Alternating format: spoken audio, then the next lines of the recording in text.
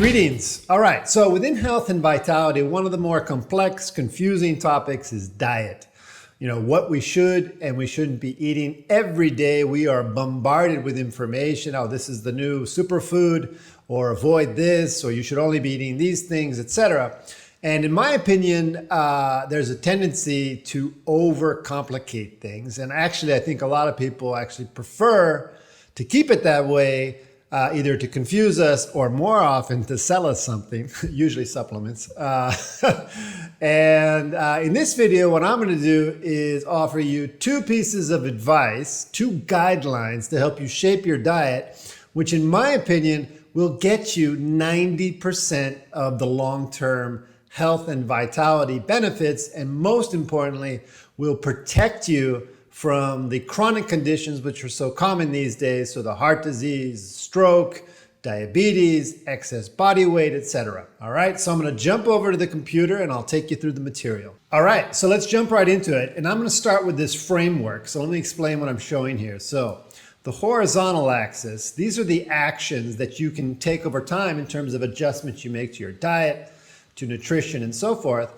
And then the vertical axis are the health and vitality benefits that you'll capture as a result of those changes, right? And the whole concept underlying this framework is this idea that you should obviously, do the changes which bring you the largest benefits. So this is the classic 80-20 analysis or Pareto analysis, or simply bang for your buck, which means start with what will bring you the largest benefit. And what I'm arguing is that my first piece of advice will provide you with 70% of the long-term benefits in terms of health and vitality. Now, this is not a scientific number, right? This is just based on all the research I've done in the previous years. What's the one thing you can do that will bring you the largest amount of benefits in terms of long-term health and vitality? And then the second piece of advice will get you the next 20%.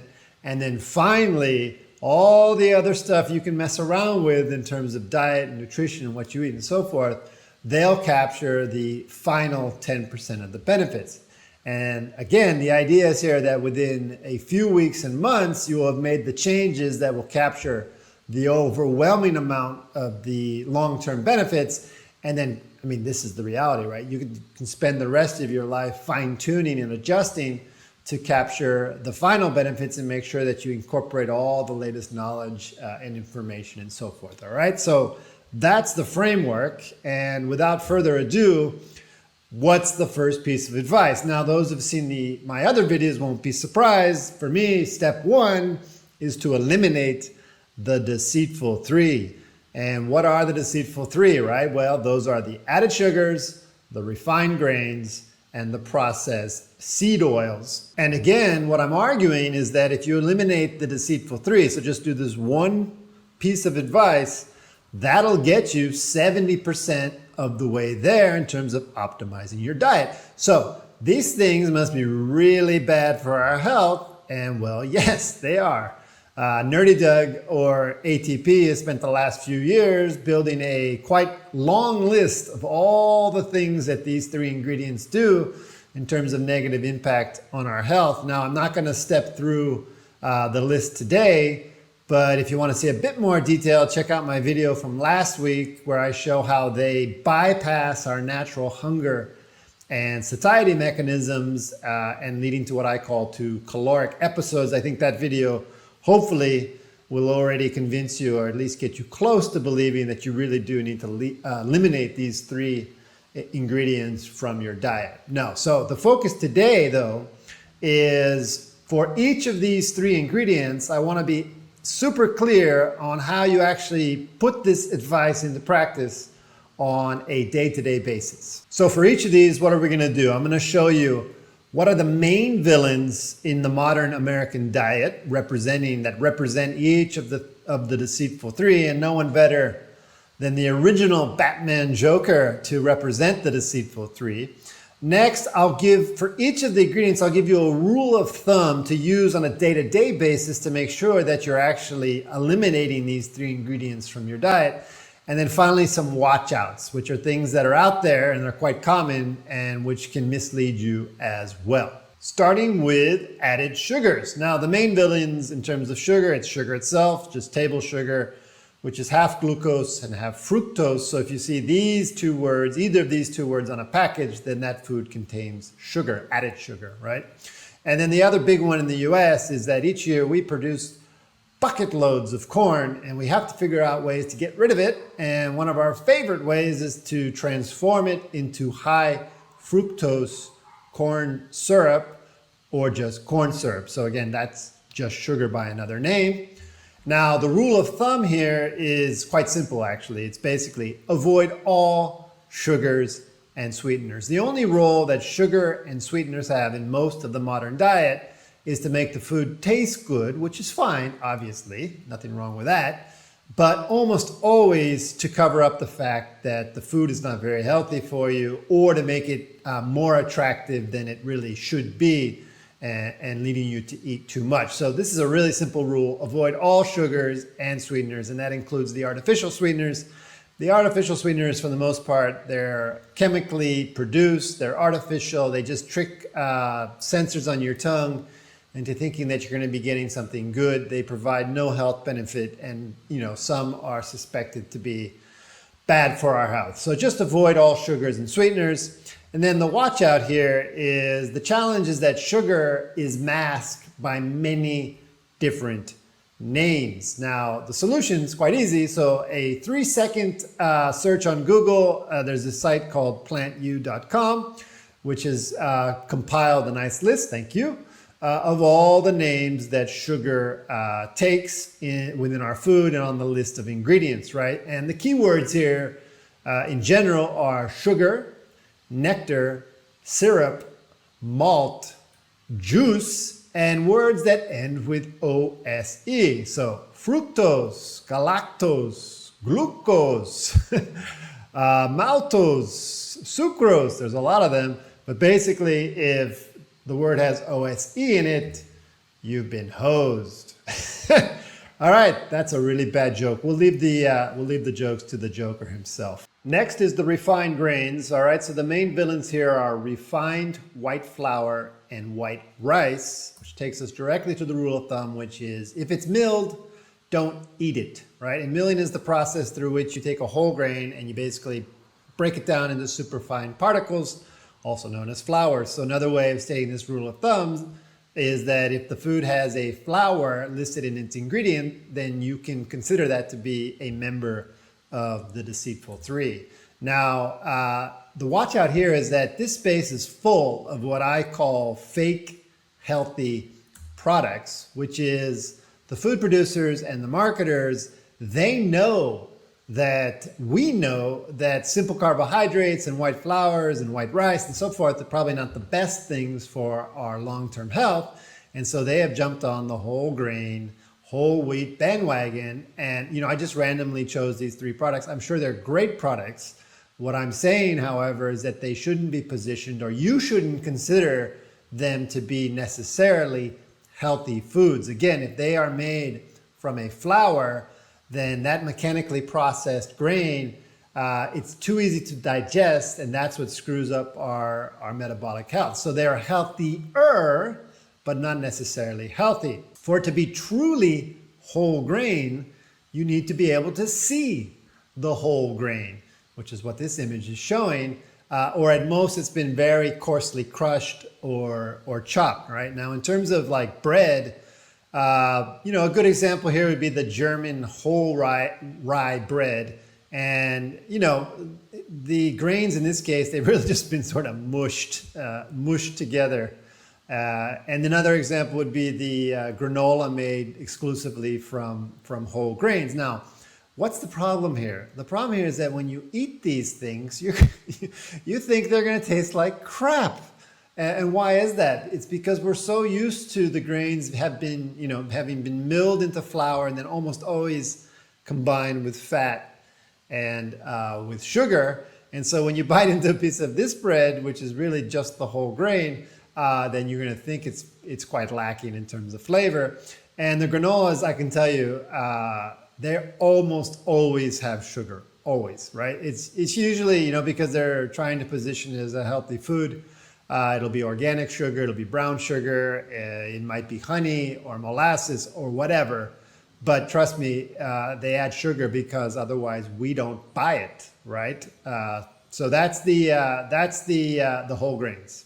And again, this is not to say that you should eliminate these foods from your diet, right? It's just saying that you need to be aware that if you're eating granola with the sugar, or if you're eating the whole grain bread, you need to still consider that to be part of the Deceitful 3, and just take that into your calculations in trying to make sure that the Deceitful 3 represent the smallest potential percentage of your overall calories for your diet. And finally, the processed seed oils. Now, the first thing, and I'll start here actually with the rule of thumb, which is seed or pulp. And the first thing to point out is you'll notice I don't call them vegetable oils. I call them seed oils because technically that's much more correct.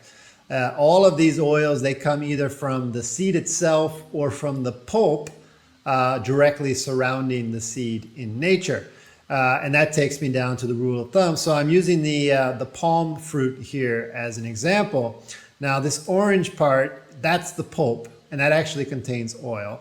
And then the dark brown and the white part, that's the kernel or the seed, and that also contains oil. In this case, palm is actually one of the few that has both, right?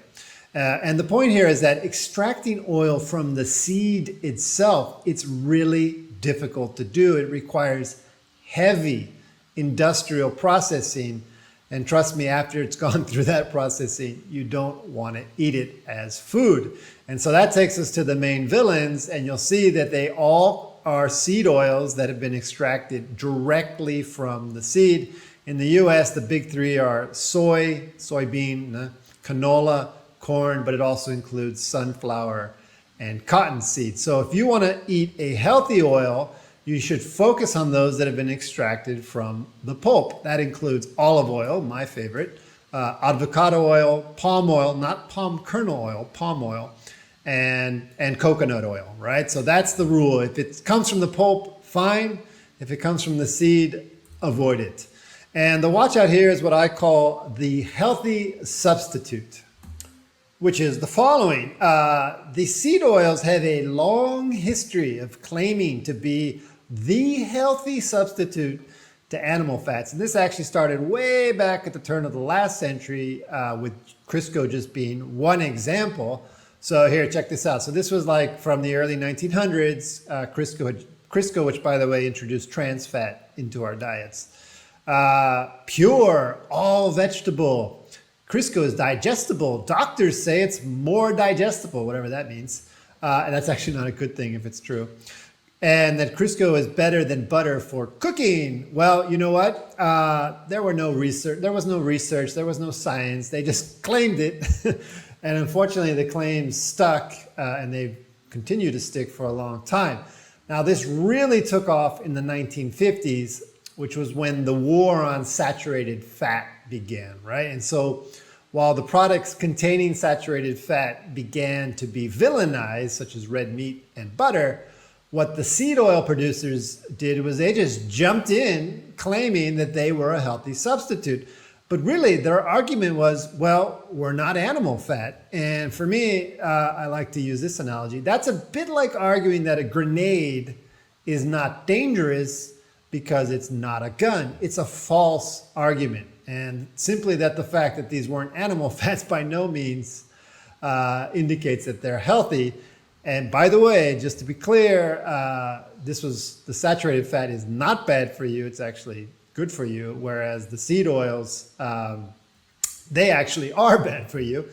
But for the last 50, 60, 70 years, they have been wearing this clothing in which they position the seed oils as a healthy alternative to animal fats, claiming all types of, quite frankly, unfounded claims in terms of benefits to your health. And again, this is topic for another video, but I'll ask you to take my word at this point. These seed oils, the processed seed oils, they are not good for your health. Cool. So that takes us through the Deceitful 3, and I'll just leave them down there on the chart. And in terms of the second step that'll get you the next 20% of benefits. Again, it's a simple piece of advice, which is eat only real food.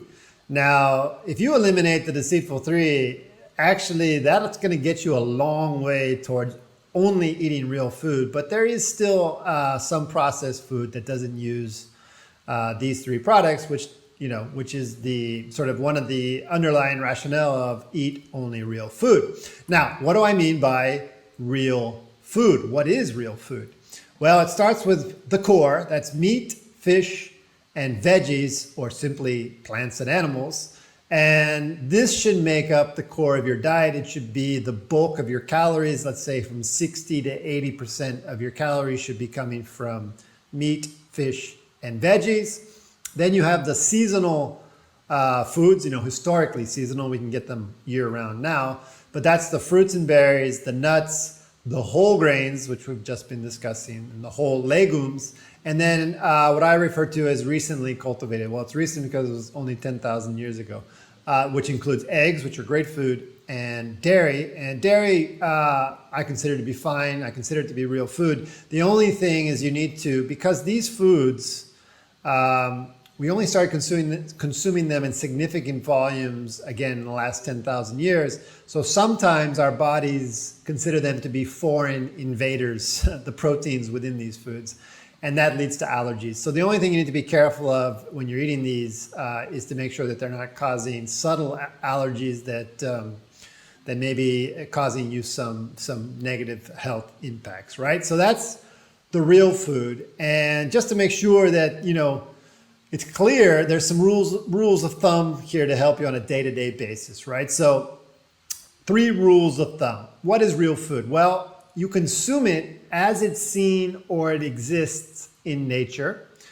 The next one is a single ingredient, right? So when you buy it, there's like just one ingredient or no list of ingredients because it only contains one thing. Now, obviously, if you buy like a ready-mix salad that can have a combination of multiple real foods, and it would have a list of ingredients, but I think you get what I'm saying here. And then finally, it should be minimally processed. And what does that mean?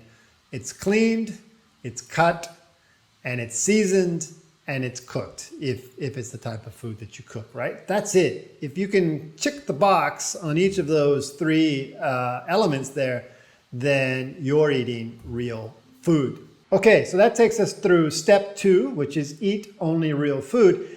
And again, my argument is that if you do just these 2 pieces of advice, so eliminate the deceitful 3 and eat real food, then you will have already captured 90% of the long-term health benefits in terms of what you can capture via diet and nutrition. Now that leaves the final 10% of benefits, or step 3. And again, this is something that you can play around with and optimize over the course of your entire life. Now, what is step 3? It's what I call fine-tuning and personalization. And it's a relatively long list. So we're just talking about allergies, right? Experiment not having dairy or wheat for a month and see how you feel. You may be suffering from a subtle allergy that you're not aware of. If it were severe, you would have figured it out. But via that type of experimentation, you can optimize your own diet. Other things such as functional foods, so anti-inflammatory or antioxidants, bulletproofing your sources of food. So, for example, I'm really concerned about animal welfare. So I always try to find producers where I'm confident that they've treated their animals in a humane manner over the course of their entire lives. And I also look for animals that have eaten their real food throughout their lives. Strategic use of supplements. Now, supplements, if you're eating real food, then you're going to be providing your body with basically everything that it needs. So I'm not a big proponent of supplements in general, but if you take something like vitamin D, so we need sunlight. Our bodies need sunlight to produce vitamin D. In our current lifestyle, we often don't get a lot of exposure to sun. So yes, it may make sense to take a vitamin D supplement just to make sure that you have enough of that in your body. But in general, you should be taking 1, 2, at most 3 supplements, and you should really have a very strong rationale as to why that is. Because again, if you're eating real food, your body's already going to be receiving everything that it needs to function perfectly well, right? And then optimal preparation, so that's things like slow cooking or particularly not frying, which is really bad for your health. And again, there's a lot of stuff you can do here, and it's all around fine-tuning and optimization. But the point I want to make here, and I see this all the time, is we get stuck here in step 3 and worrying about a supplement or a superfood or a specific item that we should or shouldn't be eating. But if you haven't done steps 1 and 2, then that's actually going to have a very small impact on your health if you're playing around with things here. You need to first make sure you eliminate the deceitful 3 and eat only real food. And then, yes, you can move on to the fine-tuning and personalization.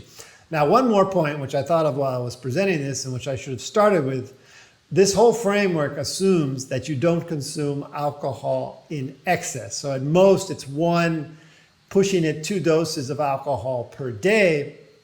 If you drink more than that, then you actually have a third step, which is to get the alcohol into moderation and then also the deceitful 3 and the real food. All right, so that's the framework. And again, just the 2 main pieces of advice to optimize your diet or to fix your fuel: eliminate the deceitful 3 and eat only real food. So that's it. That's the framework. I hope you found it useful. I hope you found the provocations interesting, and hopefully those rules of thumb that I stepped through will help you navigate your day-to-day journey in terms of nutrition and diet. If you found this video interesting, please do subscribe, click the like button, all that good click stuff, and have a great rest of your day. Cheers.